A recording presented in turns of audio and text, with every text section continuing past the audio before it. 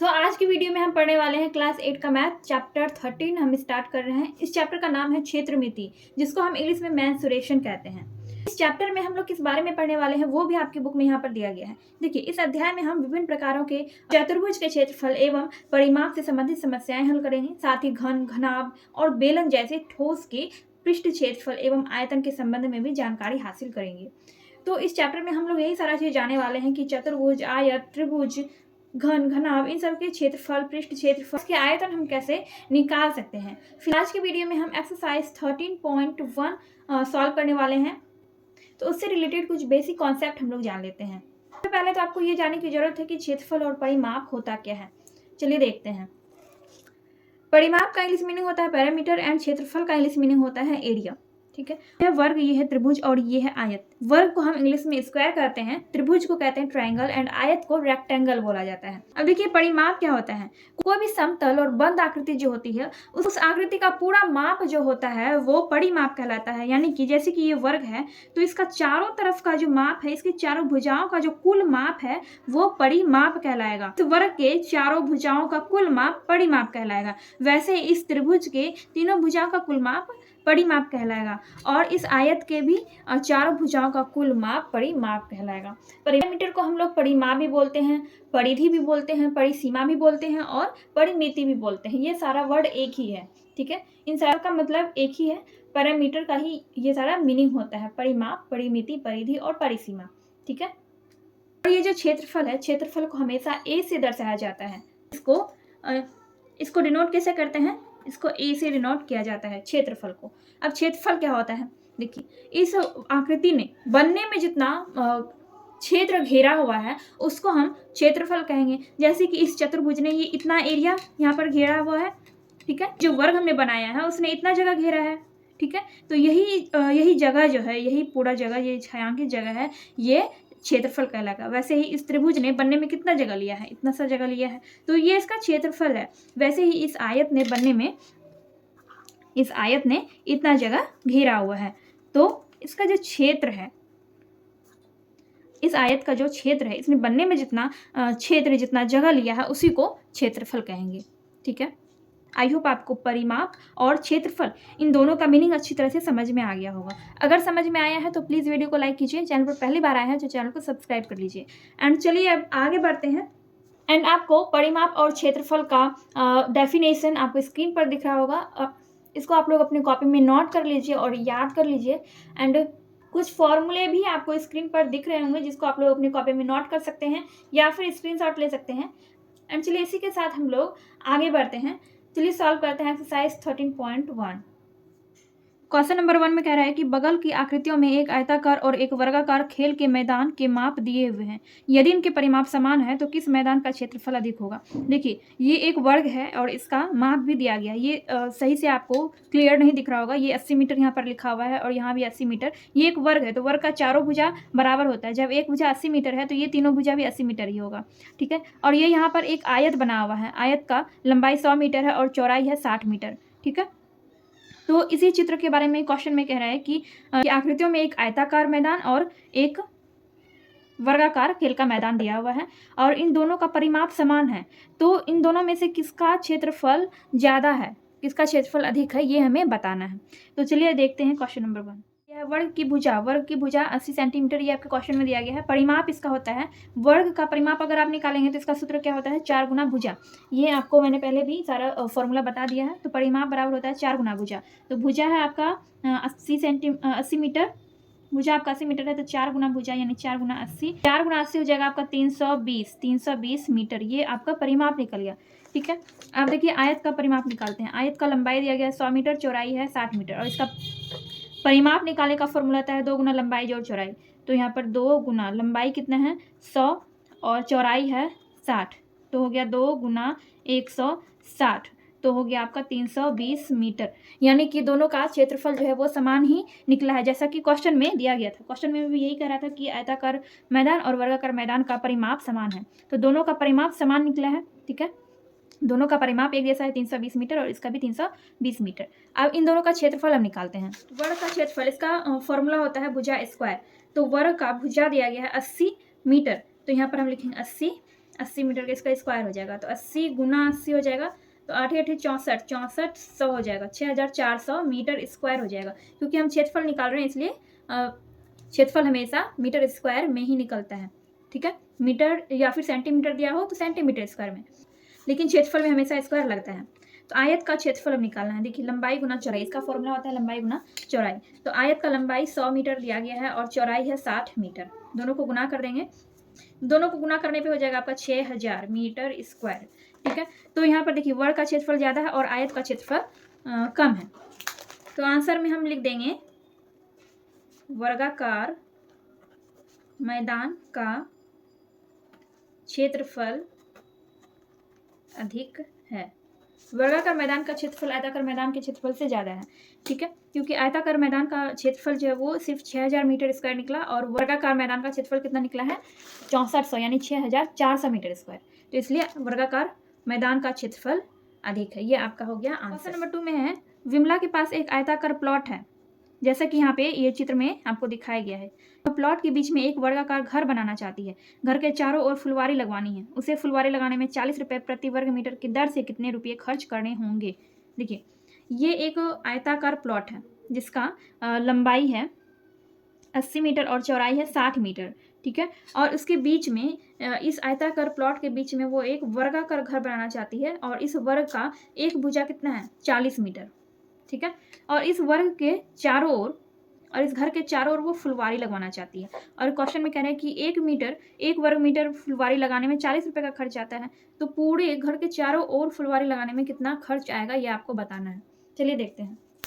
तो यहाँ पर मैंने एक चित्र बना लिया है जैसा कि क्वेश्चन नंबर 2 में आपको दिया गया है, ठीक है। ये एक आयताकार प्लॉट है जिसका लंबाई और चौड़ाई भी दिया गया है। लंबाई है 80 मीटर, चौड़ाई है 60 मीटर और ये घर है, बीच में एक वर्गाकार घर है जिसका भुजा कितना है, एक भुजा है 40 मीटर। तो वर्ग का चारों भुजा भी 40 मीटर ही होगा। तो यहाँ पर कह रहा है कि घर के चारों ओर फुलवारी लगाना है। ये चारों ओर फुलवारी लगाना है, घर के चारों तरफ फुलवारी लगाना है और 1 वर्ग मीटर फुलवारी लगाने में 40 रुपये का खर्च आता है। तो अगर घर के चारों ओर फुलवारी लगाना है तो कुल कितना खर्च आएगा ये आपको बताना है। तो हम क्या करेंगे, सबसे पहले तो आयताकार प्लॉट का क्षेत्रफल निकालेंगे। ये जो आयताकार प्लॉट है इस पूरे प्लॉट का हम क्षेत्रफल पहले निकालेंगे। तो हमने यहाँ पर लिखा है आयताकार प्लॉट का क्षेत्रफल। फॉर्मूला क्या होता है, आयत का क्षेत्रफल का क्या फॉर्मूला होता है, लंबाई गुना चौड़ाई। तो यहाँ पे हमने लिखा लंबाई गुना चौड़ाई। लंबाई है आपका 80 मीटर और चौड़ाई है 60 मीटर। इन दोनों को हम गुना कर देंगे। 8 गुना 6 करेंगे, 8 6 के 48 हो जाएगा, 4800 मीटर स्क्वायर हो जाएगा, ठीक है। ये आयताकार प्लॉट का क्षेत्रफल निकला है। अब हम घर का क्षेत्रफल निकालेंगे। ये वर्गाकार जो घर है इसका हम क्षेत्रफल निकालेंगे। तो यहाँ पर हम लिखेंगे वर्गाकार घर का क्षेत्रफल। इसका फॉर्मूला होता है भुजा स्क्वायर। वर्ग का क्षेत्रफल अगर आप निकालें तो उसका फॉर्मूला क्या होता है, भुजा स्क्वायर।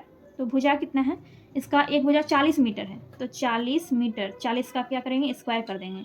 40 का स्क्वायर यानी कि 40 गुना 40 हो जाएगा। तो इसको गुना करके हो जाएगा आपका 1600 1600 मीटर स्क्वायर, ठीक है। हमें क्या करना होगा, अब हमें आयताकार प्लॉट के क्षेत्रफल में से वर्गाकार घर का क्षेत्रफल माइनस कर देना है, ठीक है। प्लॉट के क्षेत्रफल में से हम घर के क्षेत्रफल को माइनस कर देंगे। यहाँ पर हम लिखेंगे फुलवाड़ी का क्षेत्रफल।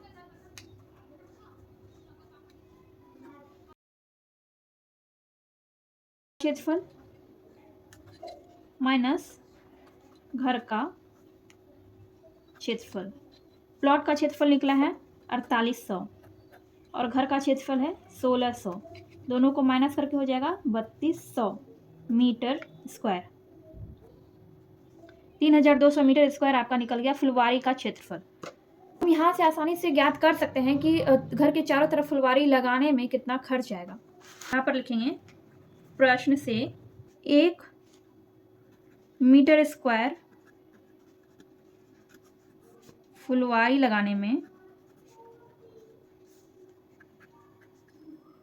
40 रुपये का खर्च होता है, ठीक है।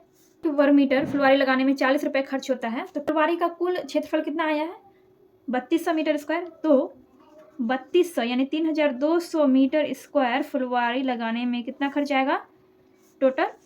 तो यहाँ पर हम लिखेंगे 3200 गुना 40 बराबर कितना हो जाएगा 1,28,000, 1,28,000। यहाँ पर लिख देंगे फुलवारी लगाने में कुल खर्च 1,28,000 रुपया। ये हो गया आपका आंसर। इस तरह से आपका क्वेश्चन नंबर 2 यहाँ पर कंप्लीट हो गया है। एंड चलिए अब हम देखते हैं नेक्स्ट क्वेश्चन। क्वेश्चन नंबर 3 में कह रहा है कि अमरीश अपने घर के आंगन में ईंट बिछवाना चाहता है। यदि आंगन की लंबाई 20 मीटर और चौड़ाई 15 मीटर हो तथा एक ईंट की लंबाई 25 सेंटीमीटर और 80 सेंटीमीटर हो तो उस आंगन में कितनी ईंटें लगेगी? कच्चा चित्र बनाकर हल करें।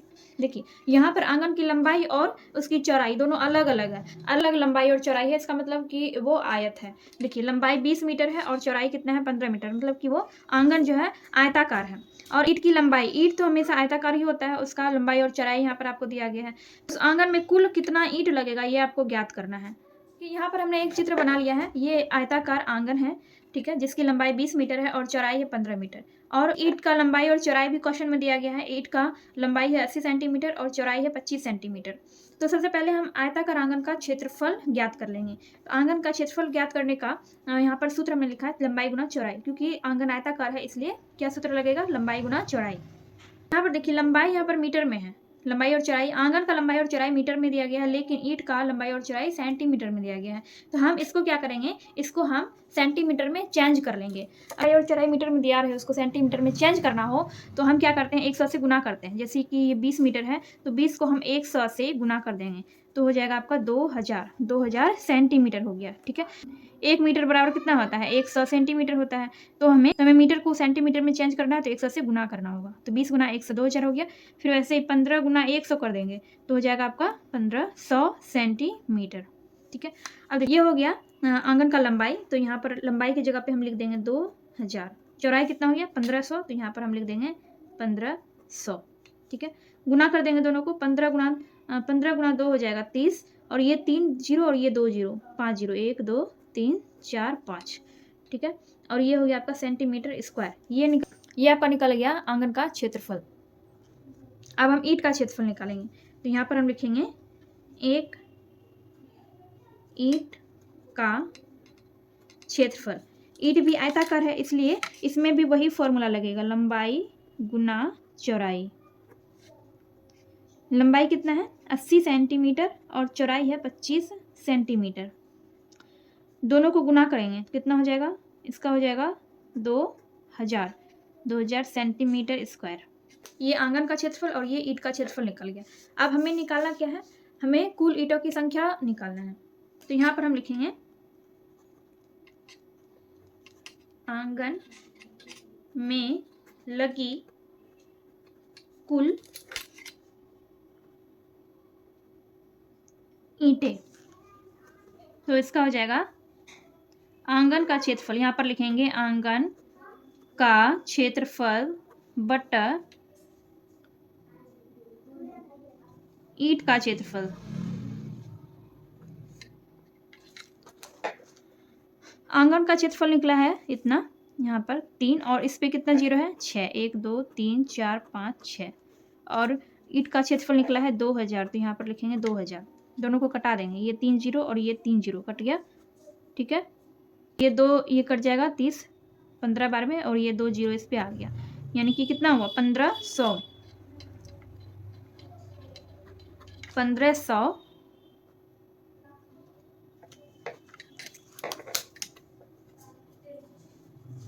1500 ईंटें, 1500 ईंटें। ये हो गया आपका आंसर।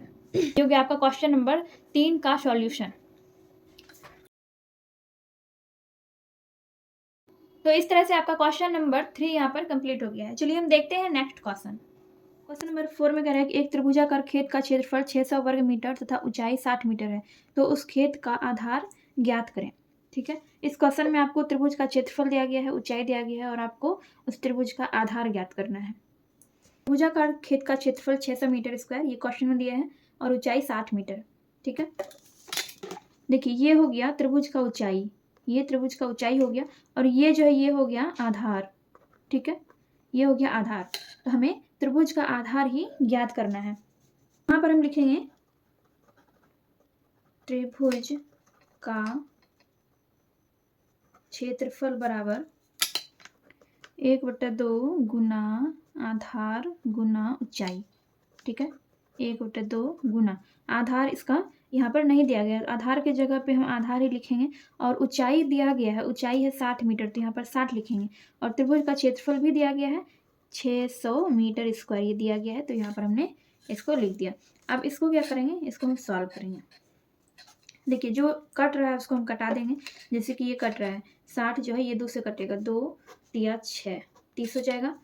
तो देखिए क्या क्या बच गया, इधर बचा 600 और उधर क्या बच गया, इधर बच गया आपका आधार गुना 30, ये बच गया है। तो इसको हम सीधा करके लिख लेंगे, आधार गुना 30, इसको हमने इस साइड लिख लिया और इधर हम लिखेंगे 600। ठीक है, अब देखिए ये आधार इधर ही रह जाएगा, 600 अपनी जगह पे ही रह जाएगा। 30 जो है वो बराबर के इस साइड आएगा, तो ये अभी गुना में है, इधर आएगा तो भाग बन जाएगा, तो ये नीचे आ जाएगा। ये 0 और 0 कट गया, फिर 3 2 नीचे है, ये 20 आ गया, कट के कितना आ गया, 20 आ गया।